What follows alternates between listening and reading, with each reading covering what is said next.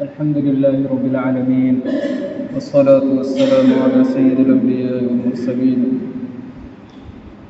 أما بعد فأعوذ بالله من الشيطان الرجيم بسم الله الرحمن الرحيم ما كان محمد أبا أحد من رجالكم ولكن رسول الله وخاتم النبيين وكان الله بكل شيء عليما صدق الله العظيم.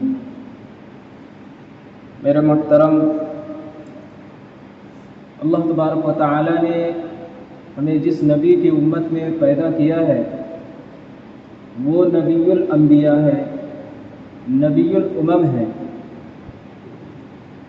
تمام نبیوں سے افضل ہے، اور ہمیں اس نبی کی امت میں پیدا کیا ہے۔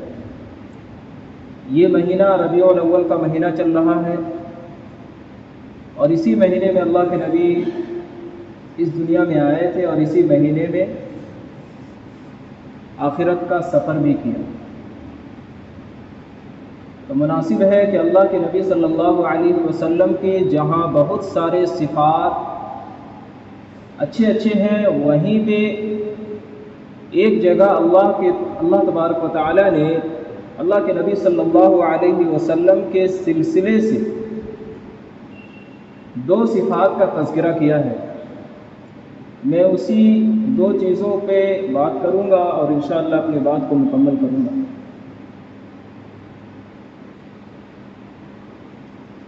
دیکھیں، اللہ تبارک و تعالی نے قرآن مجید میں فرمایا ہے ما کان محمد ابا احد من رجالکم، کہ محمد صلی اللہ علیہ وسلم تم میں سے کسی کے بھی باپ نہیں ہے، کسی کے والد نہیں ہے، کسی مرد کے باپ،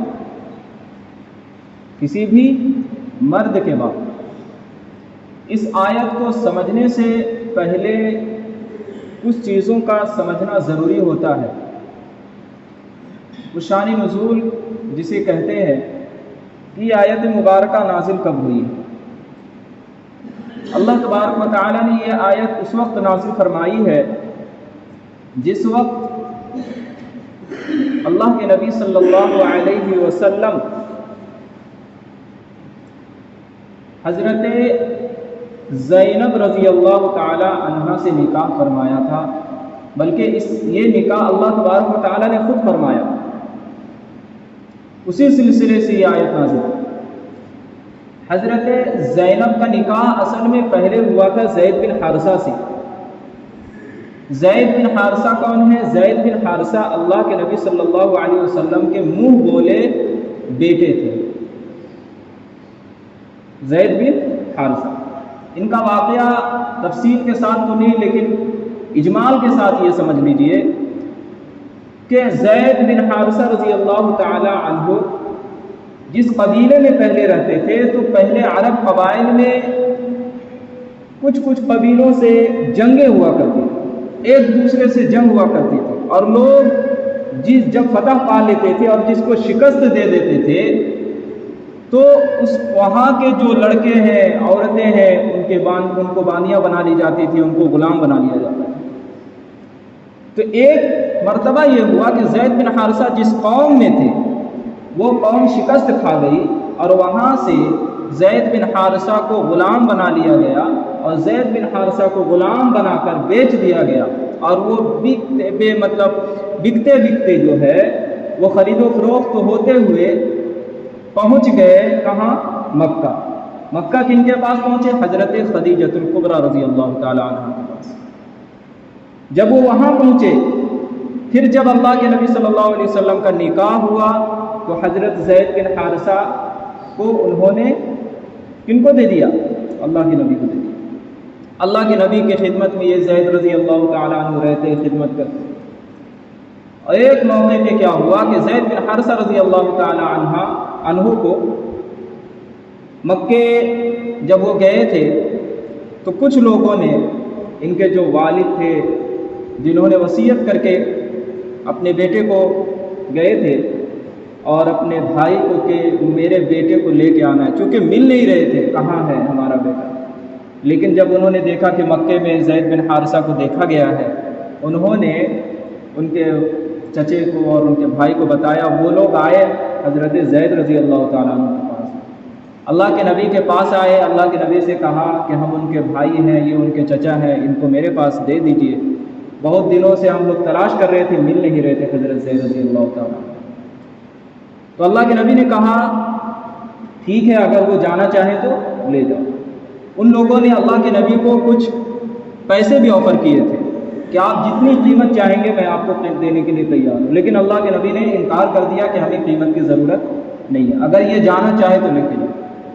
حضرت اللہ کے نبی صلی اللہ علیہ وسلم نے ان کو اجازت دے دی، لیکن جب حضرت زید رضی اللہ تعالیٰ عنہ سے پوچھا گیا کہ تم جانا چاہتے ہو چلو، تو حضرت زید نے انکار کر دیا کہ میں نہیں جانا چاہتا، میں نہیں جانا چاہتا ہوں، میں اللہ کے نبی کے ساتھ رہنا چاہتا ہوں، ان کے اخلاق کو میں نے دیکھا ہے، ان کے اطوار کو میں نے دیکھا ہے، ان کی سیرت کو میں نے دیکھا ہے کہ یہ اللہ کے نبی صلی اللہ علیہ وسلم کے اخلاق بہت اچھے ہیں، اسی لیے میں انہی کے پاس رہنا چاہتا ہوں۔ آخر کار اللہ کے نبی سے بولا گیا کہ یہ تو جانے کے لیے تیار نہیں، تو اللہ کے نبی نے کہا کہ جب یہ نہیں جانے کے لیے تیار ہے تو ہم کیا کر سکتے ہیں۔ لیکن یہ بات جب انہوں نے سنا کہ یہ ہمارے پاس سے نہیں جانا چاہتا ہے تو اللہ کے نبی کو بہت خوشی ہوئی۔ اللہ کے نبی صلی اللہ علیہ وسلم نے اسی وقت حضرت زید رضی اللہ تعالیٰ عنہ کو مکہ کے پاس جہاں پہ بہت سارے شرفاء موجود تھے، اس وقت اللہ کے نبی کو نبوت نہیں ملی، بہت سارے شرفاء موجود ہیں، وہاں پہ لے جا کے حضرت زید کو کہتے ہیں کہ آج سے میں نے اس کو اپنا بیٹا بنا دیا۔ اب ظاہر سی بات ہے پہلے غلام تھے، لیکن اب کیا ہو گئے، بیٹے بن گئے، تو ظاہر سی بات اس کی عزت ہوگی۔ اور ان کے جو بھائی آئے تھے، ان کے جو چچا آئے تھے، ان کو سکون مل گیا کہ اب تو یہ غلام سے کیا بن گئے، بیٹے بن گئے، لہٰذا اب ان کو عزت کی نگاہ سے دیکھا جائے گا، لہٰذا اب ان کو کوئی تکلیف اور پریشانی نہیں ہے، وہ چھوڑ کے چلے گئے۔ تو اس وقت جو اللہ کے نبی نے سب کے سامنے کہا تھا کہ یہ میرا بیٹا ہے آج سے، یہی منہ بولے بیٹے اس وقت سے ہو گئے، اور لوگ ان کو زید بن حارثہ سے زید بن محمد کہنے لگے۔ پھر اللہ کے نبی صلی اللہ علیہ وسلم کے اس سلسلے سے ایک جگہ پہ اللہ تبارک و تعالی نے قرآن مجید میں نازل بھی کر دیا، ادعوہم لآبائہم هو اقسط عند اللہ، ان کو ان کے باپوں کے ناموں سے پکارو۔ اس وقت حضرت زید بن محمد کو زید بن حارثہ کے نام سے پکارا جانے لگا۔ تو خیر، یہ اللہ کے نبی صلی اللہ علیہ وسلم کے منہ بولے بیٹے تھے۔ ان کا نکاح حضرت زینب رضی اللہ تعالی عنہا سے کر دیا گیا۔ زینب کون تھی؟ اللہ کے نبی صلی اللہ علیہ وسلم کی پھوپھی ذات بہن تھی، قریش خاندان سے تھی، جو معزز خاندان کہلاتا ہے۔ اور زید بن محمد، زید بن حارثہ رضی اللہ تعالیٰ عنہ پہلے کیا رہ چکے تھے؟ غلام رہ چکے تھے۔ جب دونوں کا نکاح ہوا تو دونوں میں بن نہیں پا رہی تھی، اللہ کے نبی سمجھا رہے تھے لیکن بن نہیں پا رہی تھی۔ آخر کار حضرت زید نے طلاق دے دی، جس کی وجہ سے حضرت زینب رضی اللہ تعالیٰ عنہا کا نکاح کی وجہ سے اللہ کے نبی سوچنے لگے کہ ان کا دل کیسے رکھا جائے، کیونکہ وہ طلاق دے دیے تھے اور پھر دونوں میں بن نہیں پا رہی تھی، تو ان کی حوصلہ افزائی کیسے کی جائے، یہی سوچ میں تھے۔ اور وہ نکاح بھی کرنا چاہ رہے تھے، لیکن یہ سوچ رہے تھے کہ لوگ جو عرب کے لوگ ہیں ہمیں برا بھلا کہیں گے کہ اپنے بہو سے نکاح کر لیا۔ تب اللہ تبارک و تعالیٰ نے خود ان کا نکاح قرآن مجید میں اعلان کروا دیا کہ ہم نے آپ کا نکاح حضرت زینب سے کر دیا۔ اب جب اللہ نے نکاح کر دیا ہے تو اللہ کے نبی کے پاس اب کوئی دوسرا چارہ تو تھا نہیں، اللہ کا فیصلہ ہے۔ اللہ تبارک و تعالیٰ کی طرف سے جب فیصلہ ہو گیا تو اللہ کے نبی نے حضرت زینب کو اپنے نکاح میں رکھ لیا۔ اب لوگوں نے بولنا شروع کیا کہ دیکھو اپنے بہو سے انہوں نے نکاح کر دیا، اپنے بہو سے نکاح کر لیا۔ تب اللہ تبارک و تعالیٰ نے یہ آیت مبارکہ نازل فرمائی، ما کان محمد ابا احد من رجالکم، تم میں سے کسی کے مرد کے بھی باپ محمد صلی اللہ علیہ وسلم نہیں، اس لیے کہ اللہ کے نبی کے جتنے بھی بیٹے ہوئے وہ مرد نہیں بنے، وہ نابالغی کی حالت میں فوت ہوئے۔ اللہ کے نبی کے 3 بیٹے ہوئے تھے، حضرت قاسم رضی اللہ تعالیٰ عنہ، حضرت عبداللہ رضی اللہ تعالیٰ عنہ اور حضرت ابراہیم رضی اللہ تعالیٰ عنہ۔ حضرت قاسم، حضرت عبداللہ، حضرت ابراہیم تینوں بچپن میں ہی فوت ہوئے۔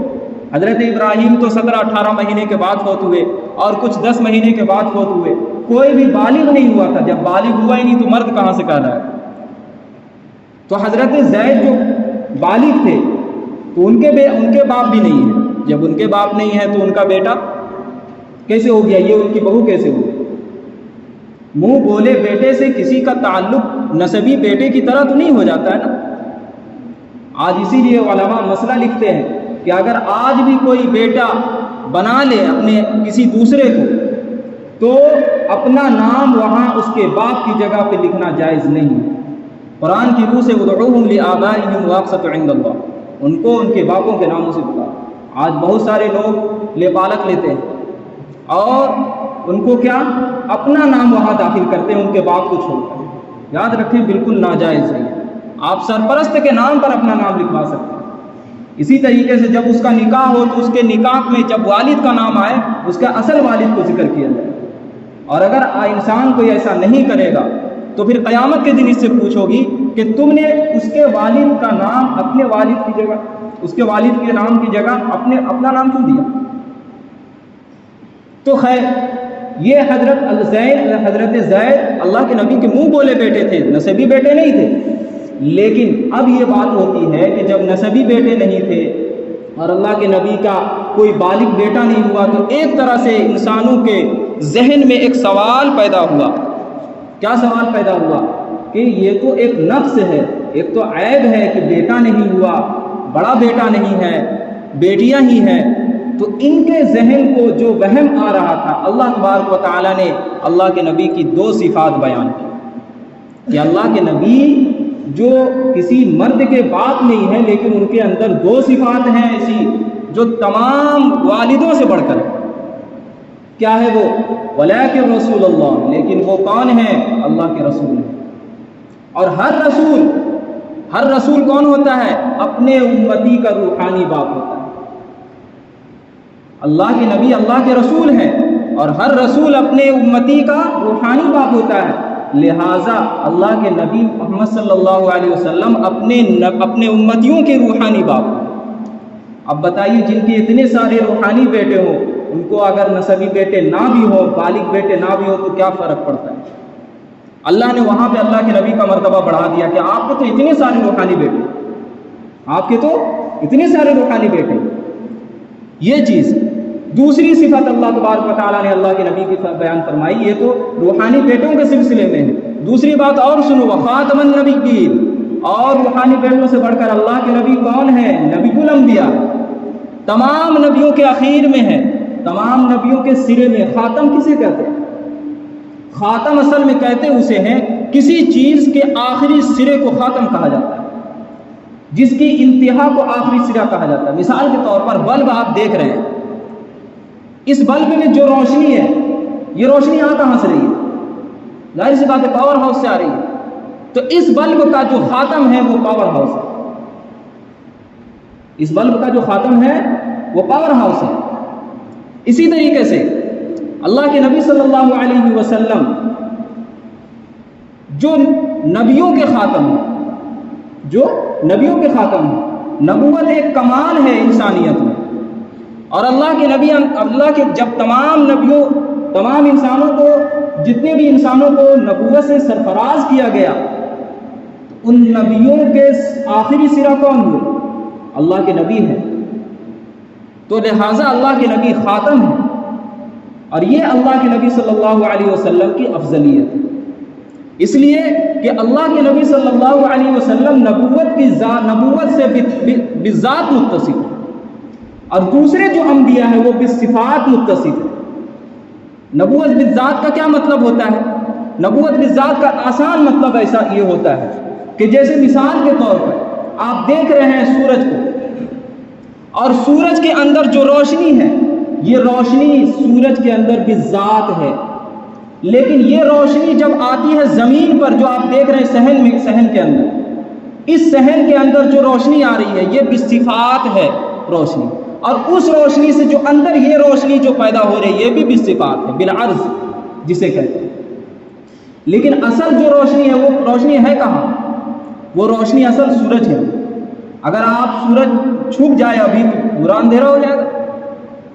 اسی طریقے سے اللہ کے نبی نبوت سے بالذات متصف ہے اور وہاں سے روحانی جو نبوت پھیلا ہے وہ تمام نبیوں کو جو ملا ہے نبوت وہ اللہ کے نبی کے فیض سے ملا ہے۔ اس کی دلیل کیا ہے؟ اس کی دلیل قرآن مجید کی تیسرے پارے میں اللہ نے ذکر کی ہے، وَإِذْ أَخَذَ اللَّهُ مِيثَاقَ النَّبِيِّينَ لَمَا آتَيْتُكُم مِّن كِتَابٍ وَحِكْمَةٍ، کہ جب اللہ تبارک و تعالیٰ نے نبیوں سے عہد لیا تھا۔ دیکھیں عہد الستو جو ہم نے سنا ہے نا کہ اللہ تبارک و تعالیٰ نے حضرت آدم کو پیدا کیا، اور حضرت آدم کو پیدا کرنے کے بعد اللہ تبارک و تعالیٰ نے تمام انسانوں سے عہد لیا تھا، کیا میں تمہارا رب ہوں؟ نہیں ہوں۔ تمام انسانوں نے کہا تھا کیوں نہیں، آپ ہمارے رب ہیں۔ اسی وقت ایک اور عہد لیا گیا تھا نبیوں سے، وہ کیا عہد تھا کہ اے نبی گواہی دینا، کیا وَإِذْ أَخَذَ اللَّهُ مِيثَاقَ النَّبِيِّينَ، جب اللہ تبارک و تعالیٰ نے نبیوں سے عہد لیا، لَمَا آتَيْتُكُم مِّن كِتَابٍ وَحِكْمَةٍ، کہ جب میں تمہیں کتاب اور حکمت دے دوں، ثُمَّ جَاءَكُمْ رَسُولٌ مُصَدِّقٌ لِّمَا مَعَكُمْ، جب تمہارے پاس تمہارے درمیان اگر رسول آ جائے، وہ کون سا رسول؟ یہ رسول سے محمد صلی اللہ علیہ وسلم مراد ہے۔ لَتُؤْمِنُنَّ بِهِ وَلَتَنصُرُنَّ، تم اس پر ایمان لاؤ، تم ان کی مدد کرو گے، یعنی اپنی نبوت پر پھر عمل نہیں کرو گے، اپنی شریعت پر عمل نہیں کرو گے، بلکہ اپنی شریعت کو چھوڑ کر اللہ کے نبی جو شریعت بتائیں گے اس پر عمل کرو۔ معلوم ہوا کہ تمام نبیوں کی جو نبوت ہے وہ بالصفات متصف ہے، بالذات متصف نہیں ہے، تو اللہ کے نبی نبوت سے بالذات متصف ہے۔ اس وقت اللہ کے نبی کے لیے یہ عہد لیا گیا تھا، تو اللہ کے نبی کے صدقے میں تمام نبیوں کو نبوت ملی، اللہ کے نبی کے صدقے میں تمام نبیوں کو نبوت ملی ہے۔ تو یہ اللہ کے نبی کا ایک فضیلت ہے، اللہ کے نبی کی ایک فضیلت ہے جو اللہ کے نبی کو دیا گیا، کہ اللہ کے نبی تمام نبیوں کے خاتم ہے جو آخری میں آئے، خاتم رتبی ہے، خاتم زمانی بھی ہے، خاتم مکانی بھی ہے، تمام خاتم اللہ کے نبی صلی اللہ علیہ وسلم۔ اللہ کے نبی اگر کسی مرد کے باپ نہیں ہوئے تو اللہ کے نبی کے اندر تو اتنی صفات موجود ہیں، اتنی صفات موجود ہیں۔ تو کہنے کا مقصد یہ ہے کہ ہم اس نبی کی امت ہیں، ہم اس نبی کی امت ہیں جو تمام نبیوں سے افضل ہے، تمام نبیوں سے افضل ہے۔ اگر وہ نبی جو تمام نبی الانبیاء ہے، جس کو نبوت ملی بھی ہے تو بالذات ملی ہے، تمام نبیوں کو نبوت ملی ہے، بالصفات ملی ہے، ہم اس نبی کی امت ہیں۔ یہ مہینہ ربیع الاول کا مہینہ ہے، ہمیں فخر ہونا چاہیے، اور ہمیں فخر کرنے کے ساتھ ساتھ اللہ کے نبی صلی اللہ علیہ وسلم کے سنتوں پر عمل پیرا ہونا چاہیے، اللہ کے نبی صلی اللہ علیہ وسلم کے ایک ایک بات پہ عمل کرنا چاہیے، اور ہمیں اس مہینے میں خاص طور سے ربیع الاول کے مہینے میں اللہ کے نبی صلی اللہ علیہ وسلم کی سیرت مبارکہ کو خاص طور سے پڑھنا چاہیے۔ ایسے تو 12 مہینہ پڑھنا چاہیے، اور تمام اللہ کے نبی کی جتنی بھی سیرت ہے ان تمام سیرتوں کا مطالعہ کرنا چاہیے، تاکہ وہ صفات ہم اپنے اندر پیدا کر سکیں، اور اللہ کے نبی کی وقار کو، اللہ کے نبی کی عظمت کو ہم اپنے دل میں پیدا کر سکیں، کہ ہمارے نبی کتنے بڑے نبی تھے، ہمارے نبی نبی الانبیاء تھے، کتنے بڑے نبی تھے ہمارے نبی، وہ تو امامت کرائی گئی ان سے، یہ چیزیں۔ تو خیر، میں اپنی بات کو یہیں پہ ختم کرتا ہوں، وآخر دعوانا الحمدللہ رب العالمین۔